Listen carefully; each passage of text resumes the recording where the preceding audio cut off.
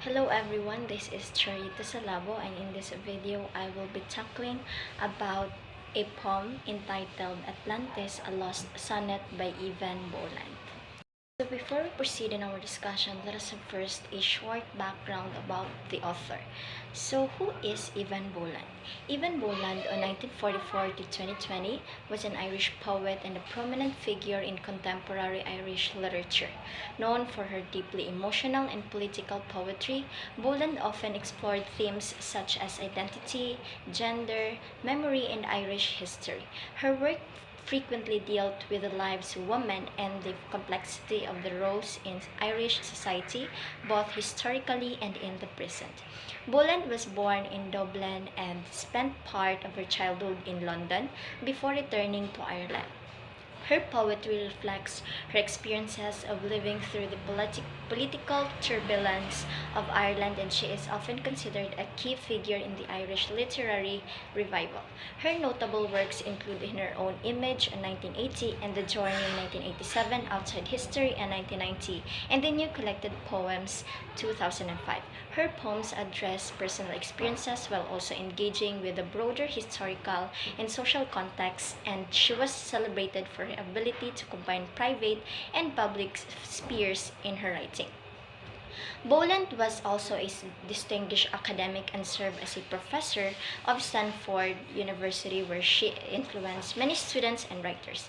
Her contribution to Irish literature and poetry is highly regarded, particularly for bringing women's voices to the forefront in both the literary and national narrative. So now let us proceed with the genre of Atlantis, a Lost Sonnet. So the genre of Atlantis, a Lost Sonnet by Eavan Bolland is a contemporary sonnet.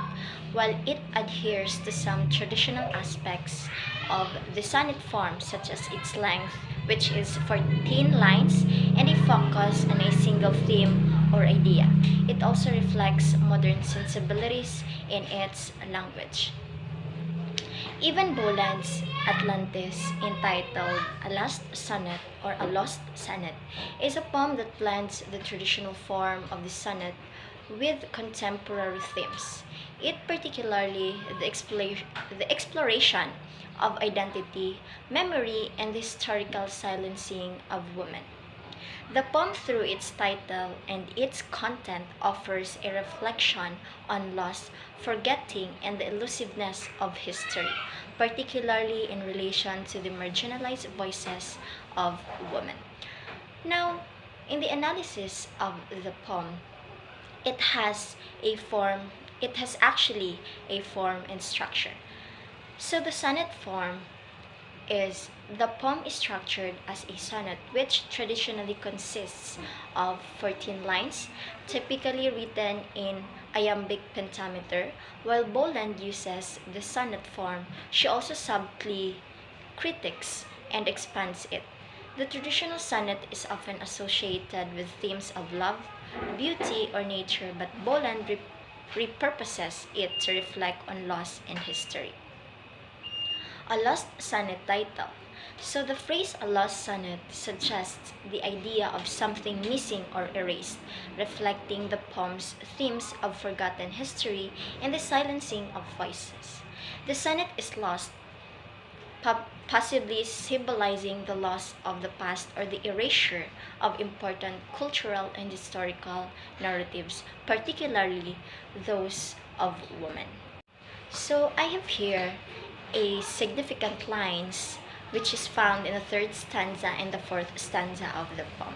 So in Eavan Bolland's Atlantis, a Lost Sonnet, the most significant lines in the third and fourth stanzas are often interpreted as: first, in the third stanza, the most significant line there that I found is, and it was the sea, or that kept the city from its truth.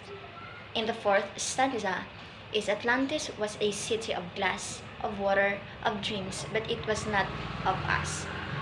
So significance of these lines, and it was the sea that kept the city from its truth.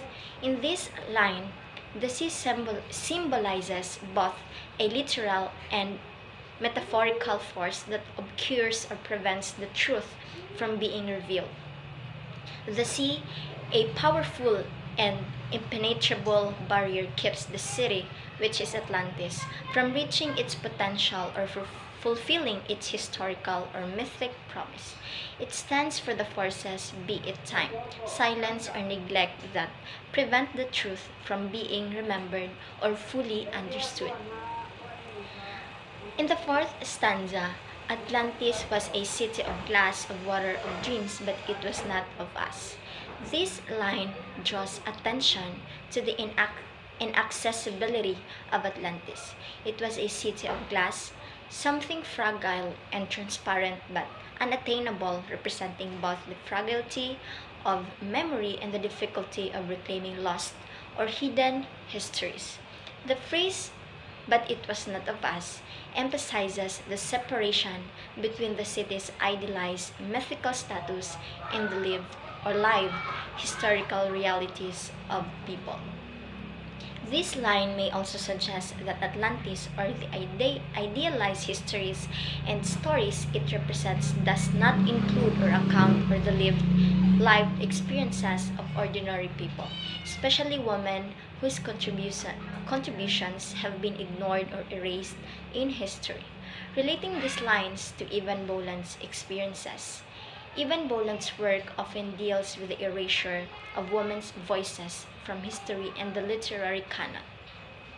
These lines resonate with her personal and literary experience of trying to reclaim those silenced voices, particularly the voices of women who have been excluded from national or cultural narratives. So, upon reading this poem, the ideas and thoughts that comes up in my mind is that Atlantis, a Lost Sonnet by Eavan Bolland evokes powerful thoughts about the fragility of memory, the erasure of women's voices from history, and the difficulty of reclaiming lost narratives.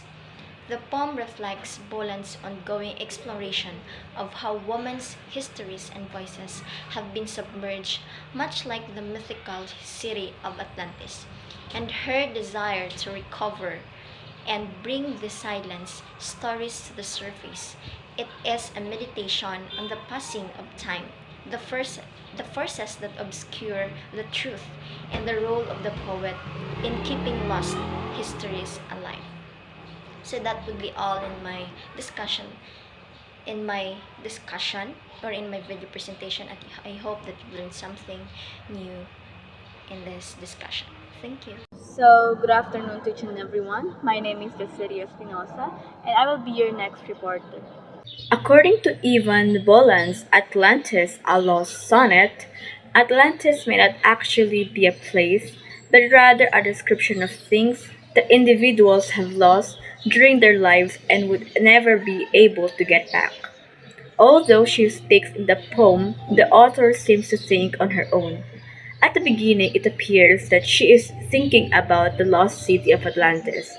But after the last line, I miss our old city, the poem's focus appears to change to something quite else.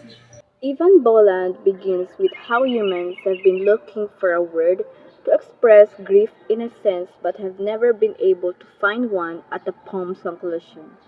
It appears that Atlantis, a Lost Sonnet, is a heartbreaking poem about drowning pains that will never come back. Bolland highlights her work with literary devices, including caesuras and stop lines, ambiguity, and symbolism.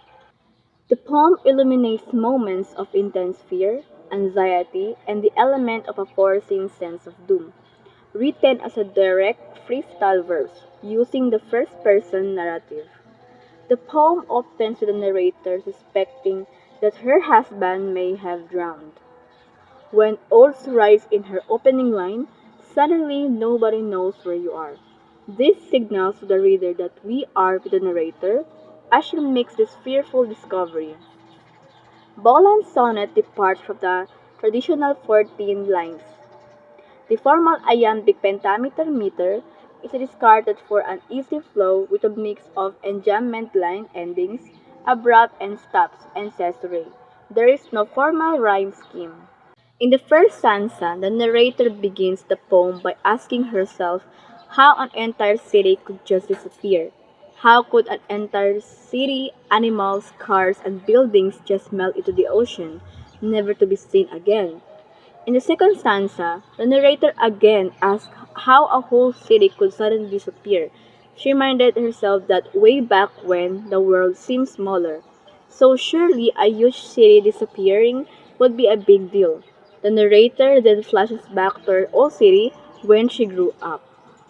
Atlantis, a Lost Sonnet, is a poem by Eavan Bolland that discovers memory and the longings of humans for what's lost. The poem makes use of a myth of Atlantis, the fabled lost city, to tell about the human experience regarding loss, by reminding us that the things we cherish leave us and the only thing left is the pain of being gone. The myths used to reflect the human experience of loss. Bolland's deliberate use of imagery calls forth a city imagined as it is. However, in its structure, while reflected in the sonnet, she does not strictly conform to it, reflecting also in a way both tradition and innovation, contrasting ideas within the same breath. The poem underlines the value that longing bears and power of myths and memories in helping to approach the complexity of loss.